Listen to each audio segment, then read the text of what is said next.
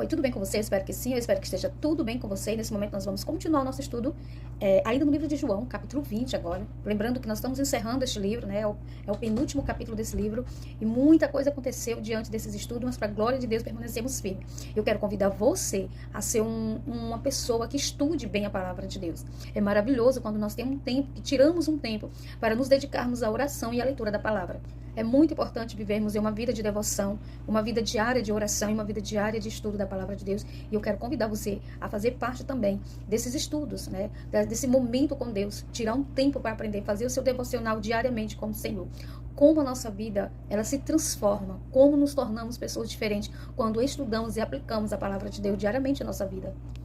Mas nesse momento eu quero compartilhar o livro de João, capítulo 20, que fala assim. Essa história também está registrada no livro de Mateus, no livro de Marcos e no livro de Lucas. No livro de Mateus está registrada a ressurreição de Jesus no capítulo 28. No livro de Marcos, no capítulo 16. E no livro de Lucas, no capítulo 24. E é muito bom quando nós estamos estudando a palavra de Deus, que a gente também toma por referência alguns outros capítulos de outros livros, para aprimorar, para melhorar mais ainda o nosso entendimento. Capítulo 20 vai dizer assim: no primeiro dia da semana, no caso domingo, né? Maria Madalena foi ao sepulcro de madrugada, sendo ainda escuro, e viu que a pedra estava revolvida. Lembrando que no capítulo anterior a gente fala sobre o julgamento e a condenação de Jesus. No capítulo 20 vai falar sobre a ressurreição, sobre o surgimento novamente do Senhor no meio dos apóstolos e para essas mulheres que foram cedinho, né? Então Jesus, ele se entrega, né, na sexta, ele fica sexta, sábado, mas no domingo, segundo relatos aqui da Bíblia, ele ressuscita. Primeiro dia da semana, no caso um domingo, Maria Madalena foi ao sepulcro de madrugada, sendo ainda escura, e viu que a pedra estava revolvida. Nos outros escritos vai falar que não foi só Maria, né, que esteve neste ambiente. Também vai falar que Maria, mãe de Tiago, e Salomé também estava com ela. Aqui só se tratou do fato de Maria Madalena.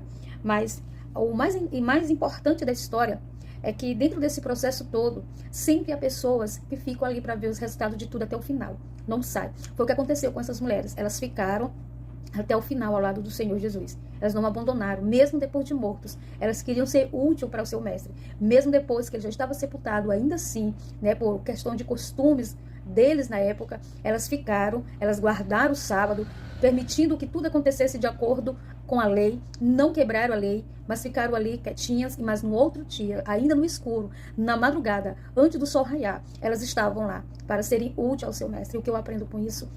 E muitas vezes nós deixamos fácil as coisas, né? Principalmente quando nós nos pegamos em situações difíceis, que para nosso ver não tem mais solução, não tem mais jeito. Mas essas mulheres nos ensinam que mesmo em tempos difíceis, aquilo que a gente crê, aquilo que a gente acredita, a gente não abandona, né? A gente se apega e fica até o final, porque até no final, com Cristo, tem boas respostas.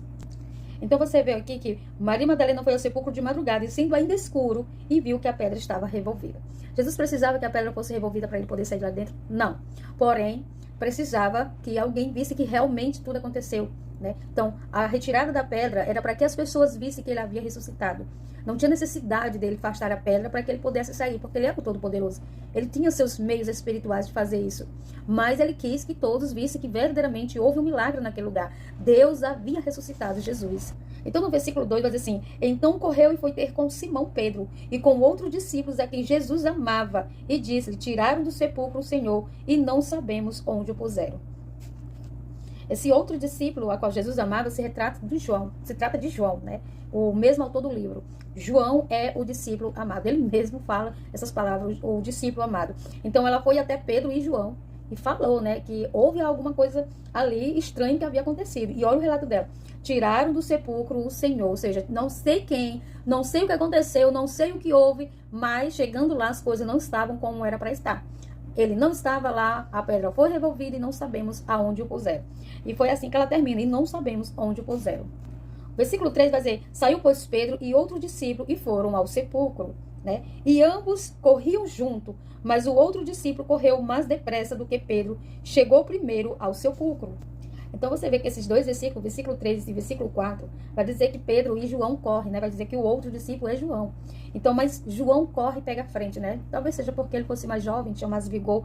Mas eu sei que movido pelo amor, movido por tudo que aconteceu, movido por sentimentos, eles estavam muito eufóricos. Eu imagino que essa carreira foi uma carreira de ânimo, uma carreira de ansiedade, uma carreira de muitos sentimentos, né? Descobri que Jesus não estava mais no lugar. lembrando que eles não lembravam da ressurreição de Jesus. Na verdade, eles nem creram, na verdade, eles nem esperavam que Jesus fosse ressuscitar.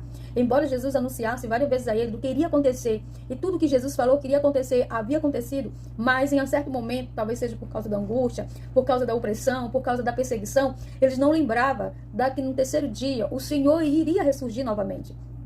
Eu vejo muitos pregadores, às vezes, nas suas ministrações, falando a respeito disso com um termo de incredulidade da parte dos apóstolos.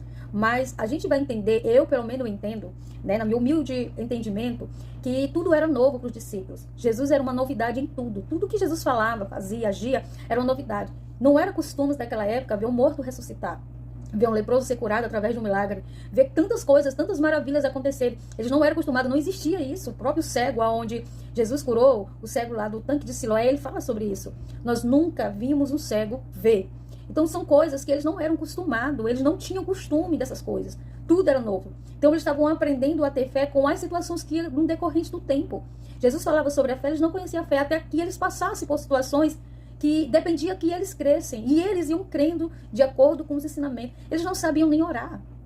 Certo momento eles chegam até Jesus e pedem para que Jesus ensine eles a orar. Então eles não sabiam de nada. Por mais que eles fossem apóstolos, mas apenas após o Senhor ressurgir novamente, após o Senhor ser assunto aos céus, é que eles vão compreender. Como Jesus falou, com a vinda do Consolador, ou seja, com a vinda do Espírito Santo, aqueles que eles ainda não compreendiam, eles iam passar a compreender. E foi exatamente isso que aconteceu. Então, quando eles correm, eles não correram para ver um Jesus ressuscitado. Eles correram para ver o que houve com o corpo de Jesus.